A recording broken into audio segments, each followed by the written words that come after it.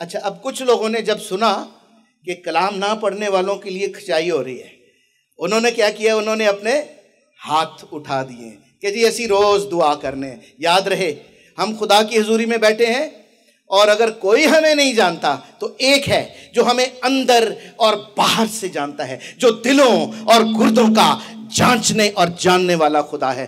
وہ ہمیں اندر باہر سے جانتا ہے. اس لیے یہاں بیٹھ کر جھوٹ بولنے کی ضرورت بالکل نشتا. رائٹ؟ دوسری بات کیا ہے؟ دعا.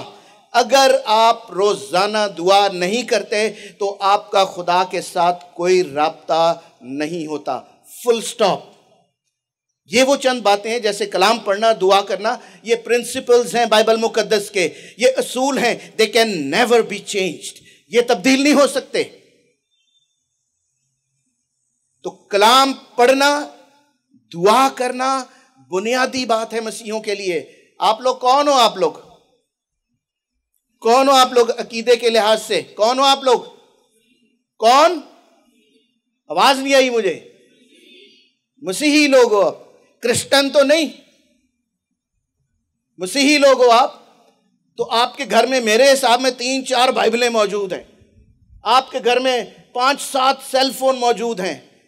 آپ روزانہ اپنے فادر کو یا اپنی مدر کو دعا کرتے دیکھتے ہو. کیا آپ پر کوئی اثر نہیں ہوتا؟ کیا آپ کی کوئی ذمہ داری نہیں بنتی؟ کہا جاتا ہے چرچز میں چلے جاؤ، ایسی کانفرنس میں چلے جاؤ، یوتھ جی، بڑی یوتھ جی، ریڑھ کی ہڈی ہے، ہمارا مستقبل ہے جی. ایہو جی تو نہیں چاہیے سانو. اسی لولے لنگڑے ٹھیک ہاں. یوتھ کائے کی یوتھ؟ مسیحی یوتھ. یہ بھی مسیحی یوتھ ہے JSM، جنہوں نے آپ کے لیے یہ اہتمام کیا ہے، جن کے دل میں خدا نے اس بوجھ کو ڈالا کہ جس طرح سے خدا نے ان کی زندگیوں میں کام کیا ہے، ان کی زندگیوں کو ٹرانسفارم کیا ہے، آج اس کانفرنس کے وسیلے سے وہ ہر ایک شخص کے، ہر ایک بیٹے کی، ہر ایک بیٹی کی زندگی کو ٹرانسفارم کر دے، برکت دے، ان کو تبدیل کر دے. نہ